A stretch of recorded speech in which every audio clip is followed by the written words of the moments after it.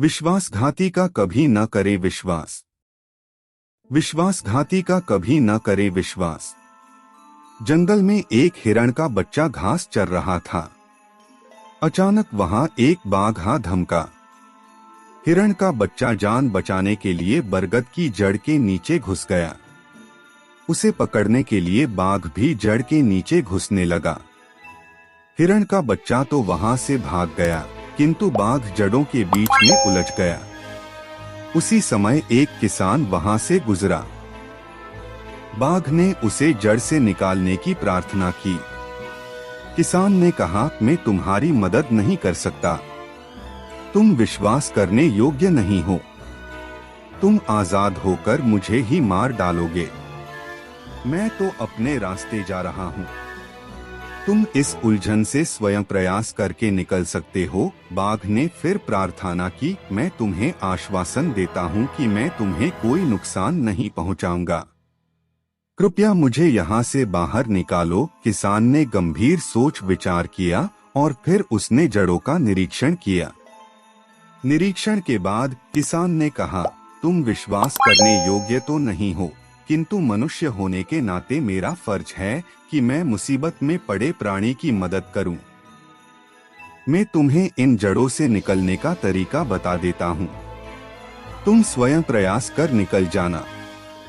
किसान ने उसे निकलने का तरीका बताया और दूर जाकर एक पेड़ के पास खड़ा हो गया। बाघ प्रयास कर थोड़ी देर में उस उलझन से निकल आया। बाघ ने किसान से कहा, हे मनुष्य, दूर क्यों खड़े हो? मेरे पास आओ। किसान बोला, तुम आजाद हो गए हो। अब तुम अपने रास्ते जाओ और मैं अपने रास्ते जाता हूँ। अचानक बाघ के तेवर बदल गए और बोला, मैं कल से भूखा हूँ।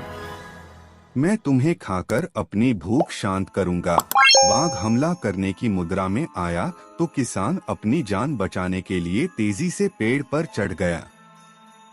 बाघ पेड़ के नीचे आकर खड़ा हो गया। पेड़ पर चढ़कर किसान बोला, मुझे पता था तुम विश्वासघात करोगे। इसी बीच उधर से एक लोमड़ी गुजरी।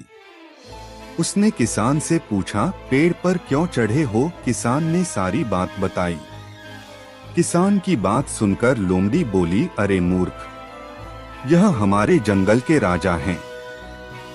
एक बरगद की जड़ में राजा फंस ही नहीं सकते।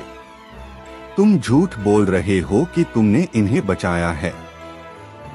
किसान के बहुत कहने पर लोमड़ी बोली, यदि तुम सही हो तो एक बार फिर देखते हैं कि राजा साहब कैसे फंसे थे। बाघ भी घमंड में आकर मान गया। वह बरगद की जड़ों के बीच चला गया। लोमड़ी ने फौरन किसान से कहा, इसे अब जड़ों से बाहर निकलने में कुछ समय लगेगा।